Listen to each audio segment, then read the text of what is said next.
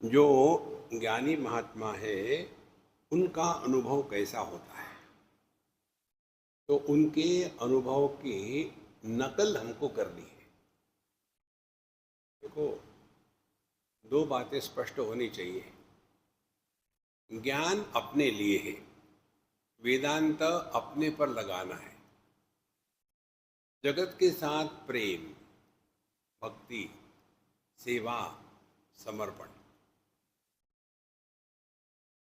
जैसे आप कोई भी संत महात्मा ले लो, जैसे संत ज्ञानेश्वर महाराज, वो तो योग की पराकाष्ठा, ज्ञान की पराकाष्ठा में सिद्ध थे,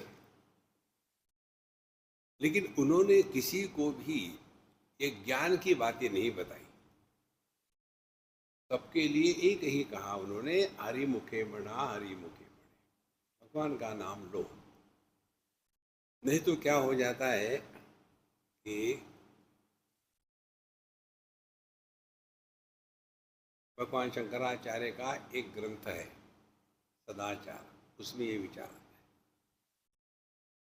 अत्यंत मलिनो देह देही चात्यंत निर्मल असंगोहमिति ज्ञात्वा शौचमेतत् प्रचक्षते।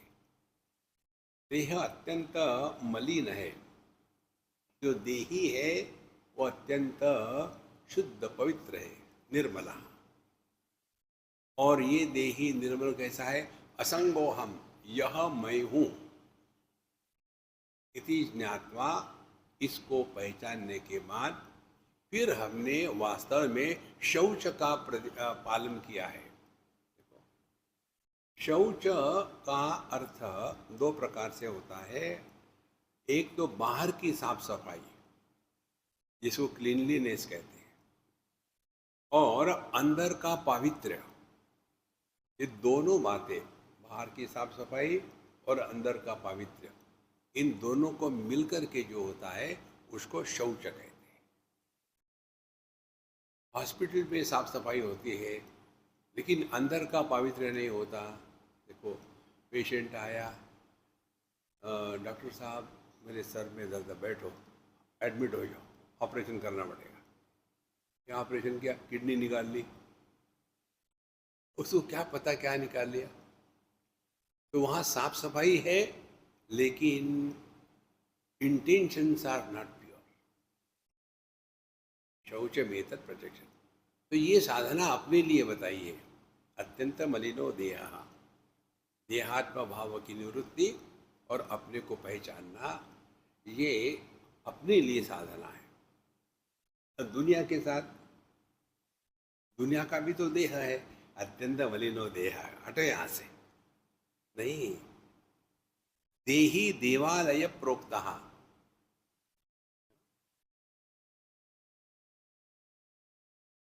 देहो नॉट देही, देहो देवालय प्रोक्ता, देही देवो निरंजना। हर एक देह जो है वो देवालय है, और उस देवालय में रहने वाला जो है देही निरंजना, वो परमात्मा है। अर्चितः सर्वभावेन, फिर सबकी सेवा में लग जाए। अर्चितः सर्व, अर्चन करना माने क्या? पूजा अर्चा में षोडशोपचार पूजा होती है, तो उसके द्वारा क्या होगा? स्वानुभूत्या प्रकाशते, माने जब हमने अपने आप में परमात्मा को पहचाना है, तो दुनिया में हमको परमात्मा का ही दर्शन होगा। देखो, हम दुनिया को वही देखते हैं जो हमने अपने आप को देखा है। हमने अपने आप को जैसे सन्यासी देखा है, हम सन्यासी, तो हमारे लिए दुनिया क्या है? सन्यासी, नॉन सन्यासी। हमने अपने आप को भारतीय देखा है, तो दुनिया क्या है? भारतीय, अभारतीय। हमने अपने आप को पुरुष देखा है, तो दुनिया का है पुरुष और स्त्री। और यदि हमने अपने आप को एकमेवाद्वितीय परमात्मा के रूप में पहचान लिया, तो उस दृष्टि से सबका वही दर्शन होगा। इसीलिए वेदांत पहले हमको अपने आप को इंट्रोड्यूस करता है कि हम है कौन, और उस प्लेटफॉर्म से फिर जगत के साथ व्यवहार करना। भगवान कृष्ण के शब्द समोहम सर्वभूतेषु, हमारे लिए कोई अपना पराया नहीं है। ये अपना पराया की भावना तो हम लोगों के मन में आती, साधु संतों के मन में नहीं होती।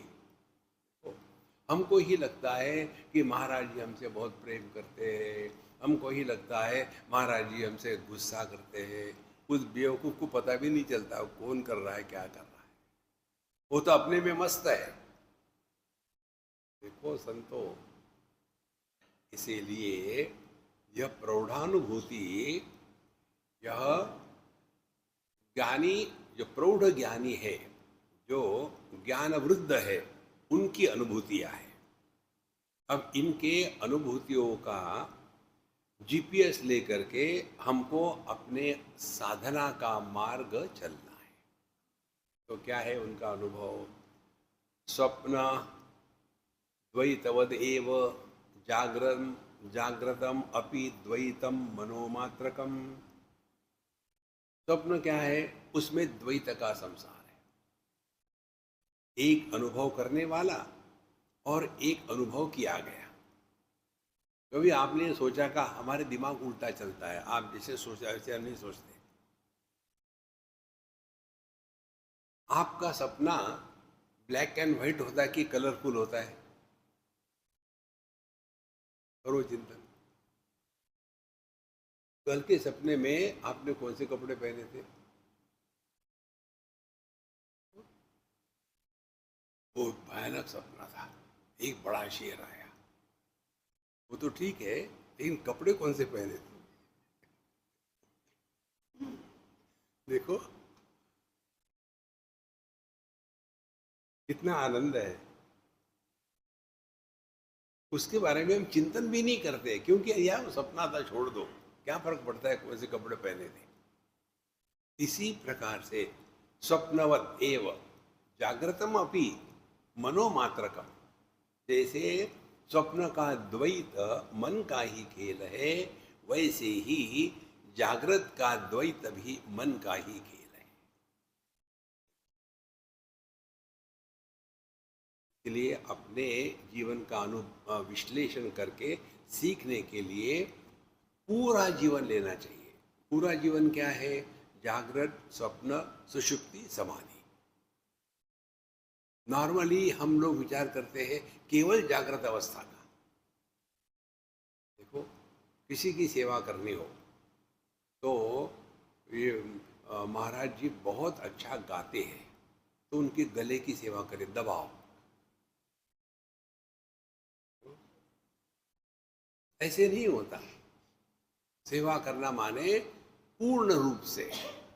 इसी प्रकार से किसी को पहचानना है तो जागृत क्या है, स्वप्न क्या है, सुषुप्ति क्या है, समाधान क्या है, या तो समाधि क्या है।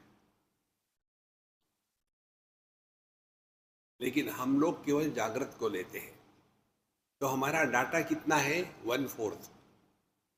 1/4 डाटा से हम अपने पूरे जीवनी को समझते हैं।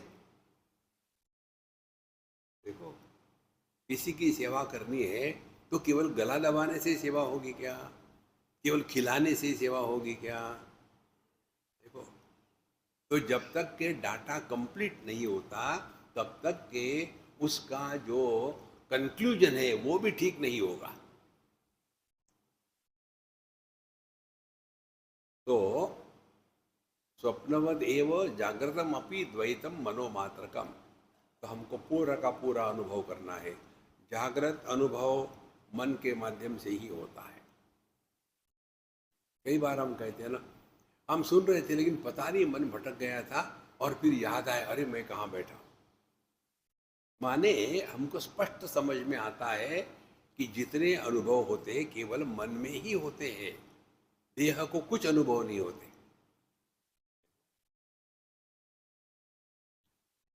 तो वैसी ही बात स्वप्न की है। तो या तो स्वप्न को सत्य मानो या तो द्वैत को मिथ्या मानो। लेकिन हम द्वैत को सत्य मानते हैं और स्वप्न को मिथ्या मानते हैं। और फिर उसके बाद आता है सुषुप्ति। जब मन अव्यक्त को प्राप्त हो जाता है तब भी हम रहते हैं। एक एक स्टेप समझ लेना। मन जागृत स्थूल देह के साथ तादात्म्य में है तो मन जागृत अनुभव करता है, जागृत पुरुष बन करके। वही मन स्थूल देह के साथ तादात्म्य में छोड़ करके अपने ही विकारों के साथ तादात्म्य करता है तो वो स्वप्न पुरुष बन जाता है, स्वप्न सृष्टि निर्माण करता है। वही मन इन दोनों के साथ तादात्म्य छोड़ देता है, इन दोनों के साथ, देह के साथ और मन के विकारों के साथ तादात्म्य छोड़ दिया तो कहाँ पहुंचा? वो अभावात्मक पहुंच जाता है। अभावात्मक माने सबका अभाव है, उसमें जागृत भी नहीं, स्वप्न भी नहीं, सुख भी नहीं, दुख भी नहीं। तो स्वप्न जागृत पुरुष गायब, स्वप्न पुरुष है तो पूरा गायब नहीं हुआ। स्वप्न पुरुष गायब, सुषुप्ति में दोनों नहीं है लेकिन हम हैं। किसी को भी अपने अभाव का अनुभव नहीं आ सकता। देखो संतो,